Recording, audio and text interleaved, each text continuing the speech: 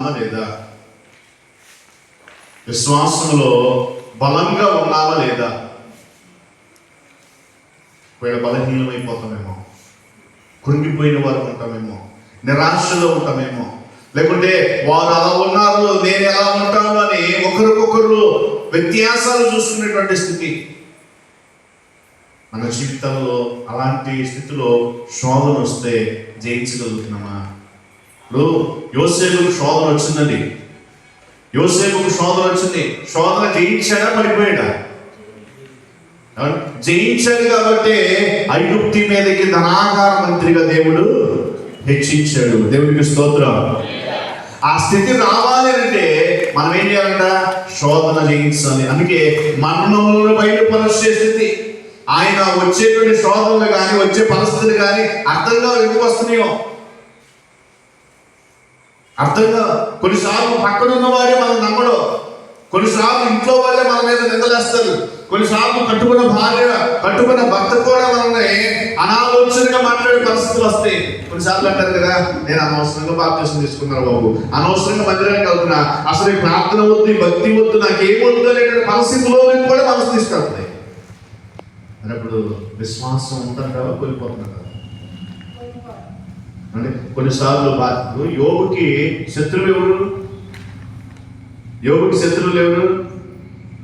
ఒకటి స్నేహితులు, రెండవది భార్యగా. భార్య మంచిదే, మళ్ళీ ఆ మాట భార్యలే అంటున్నారని ఆపొద్దు. దేవుడికి స్తోత్రం.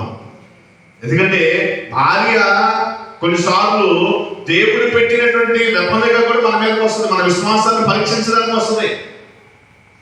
కొన్నిసార్లు భర్త కూడా వెళ్తాడు బాణం తీసుకొని, తక్కువే కాదు. కానీ ఎందుకంటారంటే ఆ మాటలో శోధన జయించడానికి మర్మాలు బయలుపరచగలగాలి. మర్మాలు బయలుపరుస్తాడు. ఆ మర్మాలు గ్రహించాలంటే నీవు నేను మనం ఏం చేయాల్సిందంటే శోధన జయించగలిగే ప్రార్థన. యేసుక్రీస్తు వారే భూమి మీద ఉన్నప్పుడు ఆయన కన్నీటి ప్రార్థన చేశారండి. కన్నీటి ప్రార్థన చేశారు. హెబ్రీయులకు రాసిన పత్రిక 5వ అధ్యాయము 7వ వచనం ఒకసారి చూస్తే, హెబ్రీయులకు రాసిన పత్రిక 5వ అధ్యాయము 7వ వచనం చూస్తే, శరీరధారి యొక్క దినములలో మహారోధముతోనూ కన్నీళ్లతోనూ తన్ను మరణము నుండి రక్షింపగలవానికి ఏం చేశారంటే ప్రార్థనలను యాచనలను సమర్పించి భయభక్తులు కలిగి ఉన్నందున ఆయన అంగీకరించబడెను. దేవునికి స్తోత్రం, దేవునికి స్తోత్రం. ఇప్పుడు మనం భయభక్తులు కలిగి ఉన్నామా? ప్రార్థన చేసేవారు ఉన్నామా? యాచన చేసేవారు ఉన్నామా? ఎలా ఉన్నాం? మనకు భయం ఉంటే భక్తి ఉండదు, భక్తి ఉంటే భయం ఉండదు. రెండోది ప్రార్థన అంటే పెదవులతో కూడిన ప్రార్థన వస్తుంది, కానీ హృదయంలో నుండి కన్నీటి ప్రార్థన, పశ్చాత్తాపంతో కూడిన ఒప్పుకోలతో కూడిన ప్రార్థన రాదు. రెండోది యాచన, ప్రభు దగ్గర గోజాడాలి. ఇస్తావా ప్రభు, ఇది నాకు కావాలా ప్రభు, ఇది ఇవ్వండి ప్రభు, ఇది సహాయం చేయ్యా, ఈ అక్కరుందయ్యా, ఈ నిందొచ్చిందయ్యా, ఈ శోధన వచ్చిందయ్యా, ఈ గరిబిలు వచ్చిందయ్యా, ఈ విపత్తు వచ్చిందయ్యా, సంఘం మీదకి శోధనలు వస్తున్నాయ్యా, అయ్యా కుటుంబాల మీదకి శోధనలు వస్తున్నాయా, యవనస్తుల మీదకి ఈ యొక్క దాడి చేస్తున్నారయ్యా, ఈ వ్యసనాల్లో ఉన్నారయ్యా, ఈ బంధకాల్లో ఉన్నారయ్యా అని ఎప్పుడు కూడా ఆ యాచన చేస్తూనే ఉండాలి. యాక్షన్ కాదండు. దేవునికి స్తోత్రం. యాచన అడుగుతూనే ఉండాలి, ప్రాధేయపడుతూనే ఉండాలి. అప్పుడంట ఆ యాచనకు ఆయన ఏం చేస్తారంట? జవాబు. ఆయనకు అంగీకారం కావాలి. దేవునికి స్తోత్రం. మనం ఏదో చేసేసి వెళ్ళిపోతాం కాదు, ఆయనకు అంగీకారంగా ఉందా లేదా అనేది ఆయనకు ఇవ్వాలి రిజల్ట్. అప్పుడు ఆ ప్రార్థనకు ఆయన జవాబిస్తాడు, ఆ ప్రార్థనకు ఆయన ప్రతిఫలం ఇస్తాడు. అందుకే మర్మములు గ్రహించగలుగుతున్నావా? మర్మాలు గ్రహించదు. అందుకే ఆయన పాదాల దగ్గర సమస్తము ఉంది.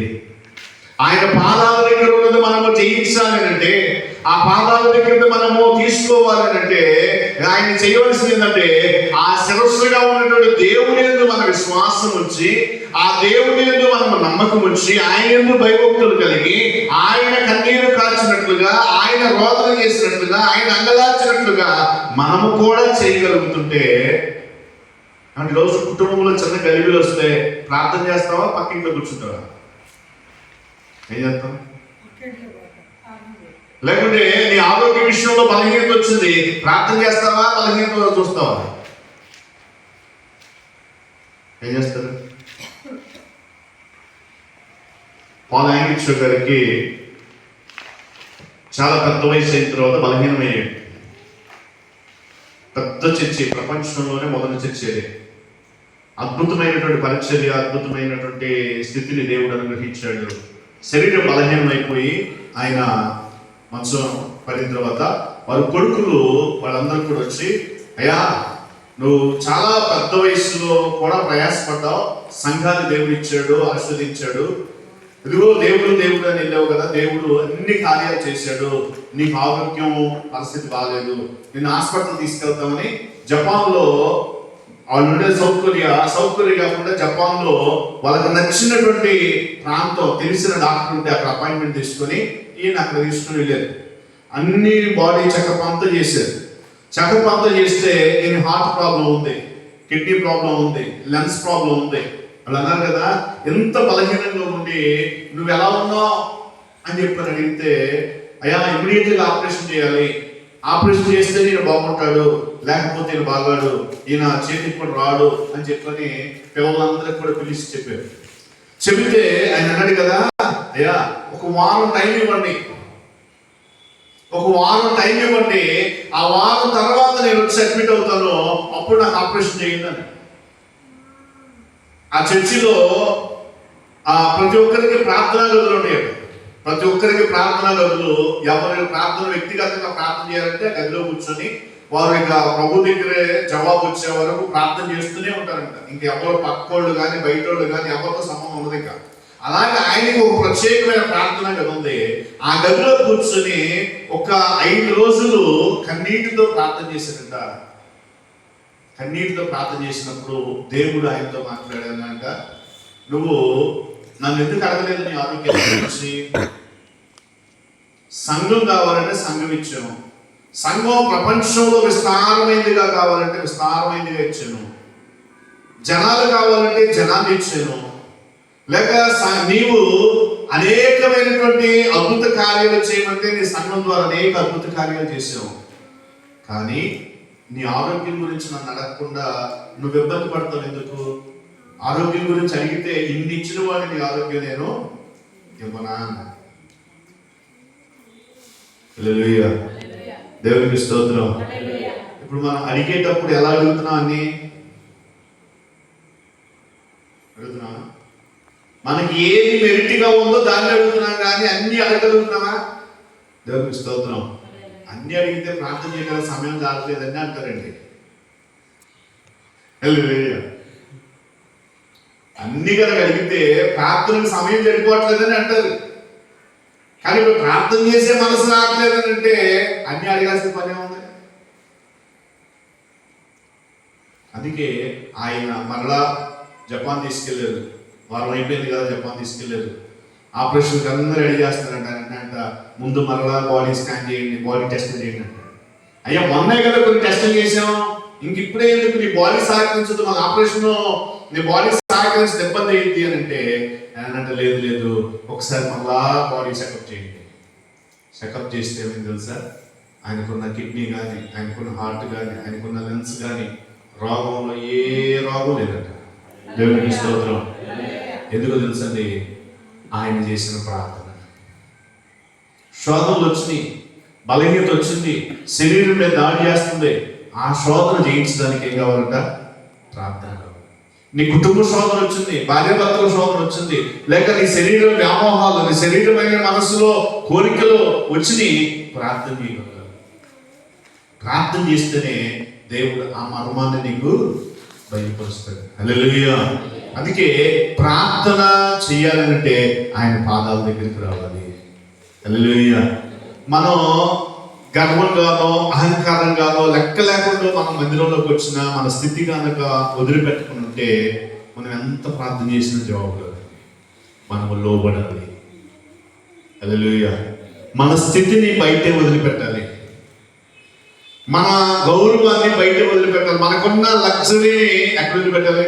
బయటే. ఇక్కడికి వస్తే మనందరం కూడా దేవుని యొక్క బిడ్డలమే. ఆయన నా స్వరం వినాలయ్యా, నాతో మాట్లాడాలయ్యా అని ఎంత ప్రాకులాడుతూ ఆశ కలుగుతావో, ఆశ కలిగిన ప్రాణంలో దేవుడు ఏం చేస్తాడా? తృప్తిపరుస్తాడు.